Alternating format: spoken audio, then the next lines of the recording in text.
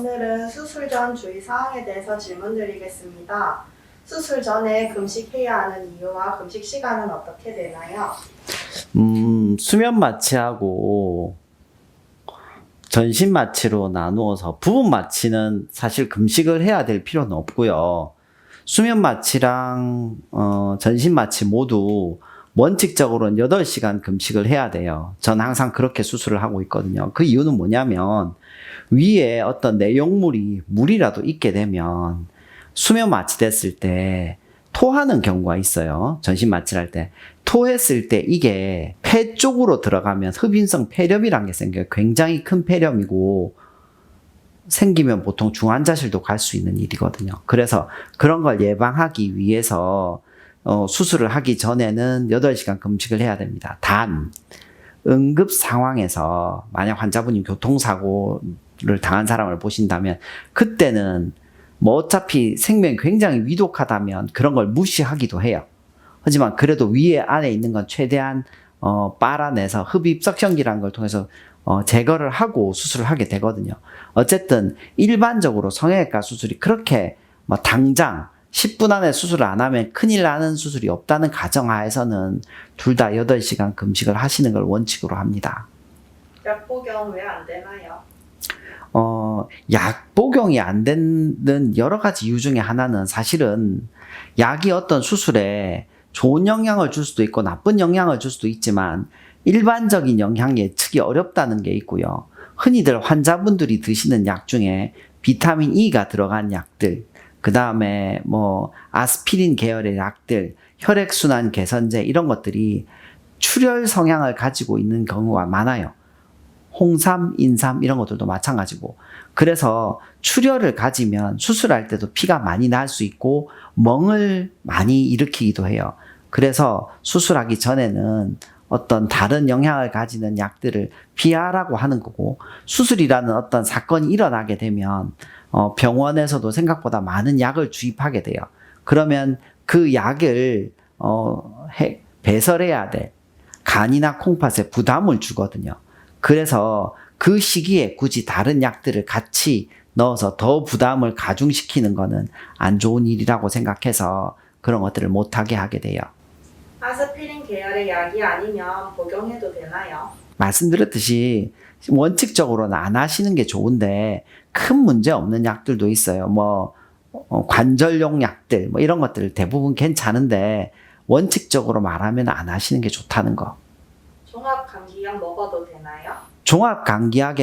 종합감기약이 생각보다 별 게 없는데요. 저도 의사가 되기 전에 종합감기약 감기 걸렸을 때 많이 먹었고요. 의사가 되고 나서 생각보다 타이레놀만 먹는 것 같아요.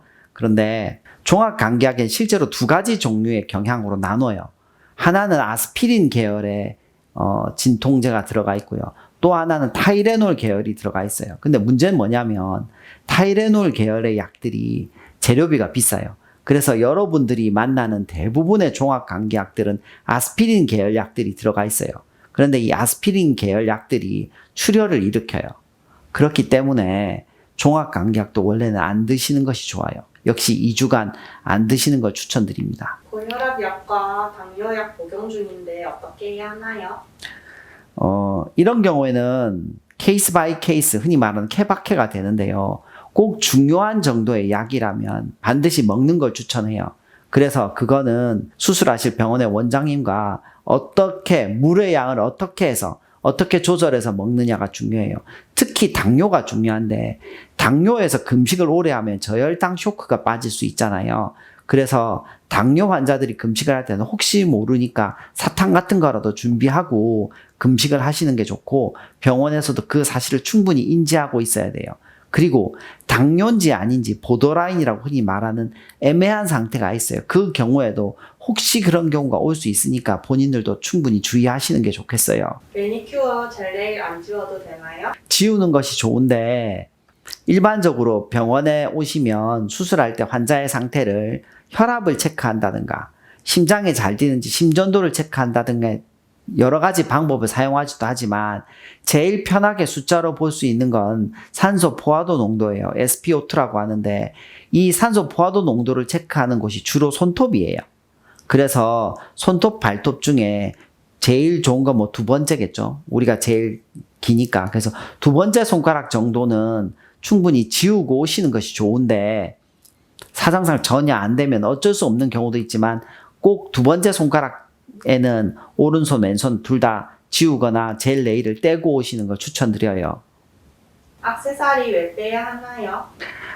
수술을 하게 되면 수술은 정말 별의별 일들이 다 일어나게 되는데 전기가 통하게 되는 일들이 생겨요. 그 이유는 전기 소작기라고 해서 흔히 말하는 봅이나 바이폴라라고 불리는데 혈관에서 피를 나는 거를 전기를 통해서 지지는 기계들이 있어요. 근데 그 기계들이 전기가 나가게 되면 물이 전기를 통하게 되거든요. 그래서 감전이 일어날 수 있어요. 피를 통해서 아니면 조직을 통해서 감전이 일어나게 돼서 금속을 가지고 있으면 그 부위에 큰 화상을 입게 돼요.